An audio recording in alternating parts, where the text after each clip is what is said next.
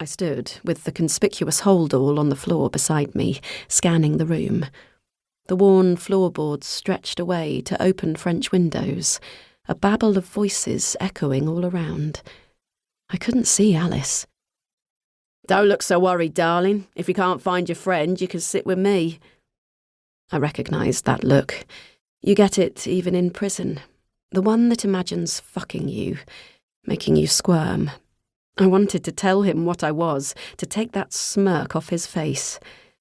But instead, I clenched my teeth and headed for the French windows. She was sitting by a stream, her blue dress hanging over the edge of her chair, pale legs stretched out before her, strappy sandals on her feet. I forced a smile as I sat, and she motioned to the drinks. "I got you still water." She raised her own glass, full of white bubbles. "Ordered us some sandwiches too." I took a sip, grateful for an excuse not to speak or to look at the girl who approached with 2 plates. "Tuna or cheese and tomato?" Alice smiled at her, then back at me. "We'll share, shall we, Clare?" For all the world as if we were friends out for a jaunt in the country.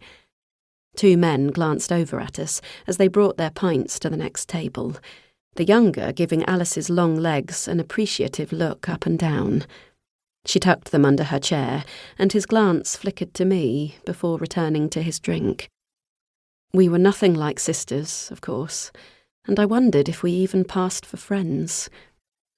Alice's blue dress was crisp, and her blonde hair dropped like pale water to her shoulders. Looking at her, I couldn't help pulling at my creased trousers and moving my feet behind my holdall to hide my trainers. She pushed some money across the table at me. "I hope the flat's okay. It was 3 months' rent in advance, so no need to worry about that for a bit." We ate for a while in silence, but I didn't have much appetite, and Alice soon stopped eating too. She looked into her glass, twisting it so the bubbles swirled and sparkled. "I've mentioned you to a friend who owns a florist's shop near the flat. She might have some work for you, if you're interested. Just don't rush it." "Who is she?" "Don't worry, it's no one you know. Stella's the sister of an old boyfriend." She laughed. "I realised I didn't like him much, but Stella and I hit it off and we've stayed in touch." "What did you tell her? About me, I mean." "The truth, more or less." She would have done it perfectly. Even as a little girl, 5 years my junior, I remembered her watching my tantrums with puzzled eyes. "Your little sister's nothing like you," people would say, and depending on my mood, I might laugh and say it was just as well. In my darker moments, I would shout, "She's not my real sister, that's why. I'm adopted. I'm not even English."